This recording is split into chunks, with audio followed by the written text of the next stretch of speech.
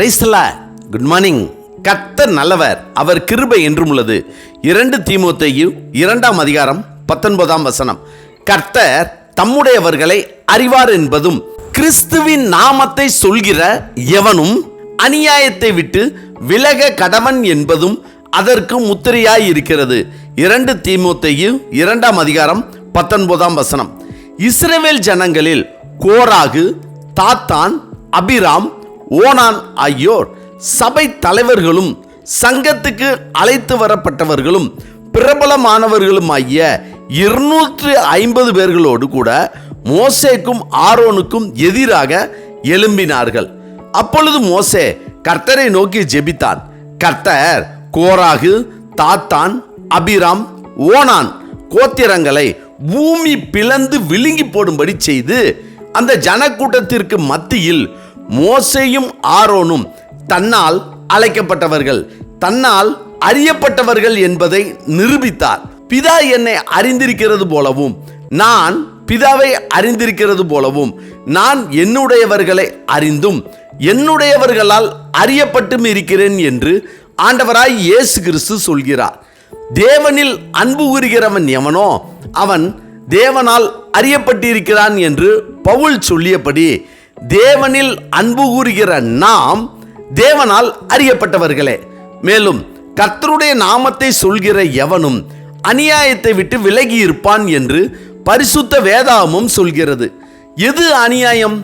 ஒருவனுடைய நன்மைக்கு பதிலாக அவனுக்கு தீமை செய்வது, உதவி செய்ய திராணி இருந்தும் உதவி செய்யாமல் இருப்பது, பொய் பேசுவது, பிறர் மீது பொறாமை கொள்வது, பெருமை பாராட்டுவது, நன்றி மறப்பது, வீண் பேச்சு பேசுவது, நீதி செய்யாமல் இருப்பது, உண்மையை மறைப்பது, குற்றமில்லாமல் தண்டிப்பது, பொய் சாட்சி சொல்வது, பிறர் பொருளை இச்சிப்பது, வீண் பலி சுமத்துவது, மற்றவர்களுக்குரியதை அபகரிப்பது, நம்பிக்கை துரோகம் செய்வது, பிறரது மனதை புண்படுத்துவது ஆகிய இவைகளே அநியாயங்கள் ஆகும்.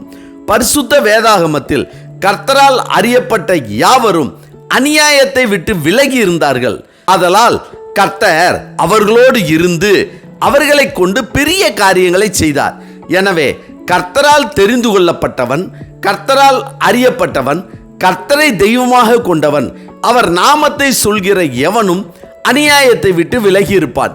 எனவே அவருடைய பிள்ளைகளாகிய நாம் அல்லது அவருடைய பிள்ளைகள் என்று சொல்லிக் கொள்கிற நாம் அநியாயத்தை விட்டு விலகி இருப்போம். அப்போது எல்லா நாமத்திற்கும் மேலானவர் நம்மை அளவில்லாமல் அதிசயமாய் ஆசீர்வதிப்பார். ஆமென். ஜெபிப்போமா. சர்வ வல்லமை உள்ள சேனைகளின் தேவனாகிய கர்த்தாவே, உம்மிடத்தில் அன்பு கூறுகிற எங்களை நீர் அறிந்திருக்கிறபடியால் உம்முடைய நாமத்தை விசுவாசிக்கிற துதிக்கிற நாங்கள் அநியாயங்களுக்கு விலகி வாழக்கூடிய கிருபையின் வரங்களை கர்த்தர் எங்களுக்கு தரும்படியாய் நாங்கள் ஜெபிக்கிறோம். கர்த்தாவே, இந்த நாளை நீர் எங்களுக்கு கொடுத்ததற்காய் நன்றி. இந்த நாள் முழுவதும் உம்முடைய வல்லமையின் கரம் எங்களோடு கூட இருந்து எங்களை பாதுகாத்து வழி நடத்தி எங்கள் தேவைகளை சந்திக்க வேண்டும் என இயேசு கிறிஸ்துவின் நாமத்தில் ஜெபிக்கிறோம் நல்ல பிதாவே. ஆமேன், ஆமேன். கர்த்தர் நல்லவர், அவர் கிருபை இன்று முழுவதும் நம்மோடு கூட இருப்பதாக. ஆமென்.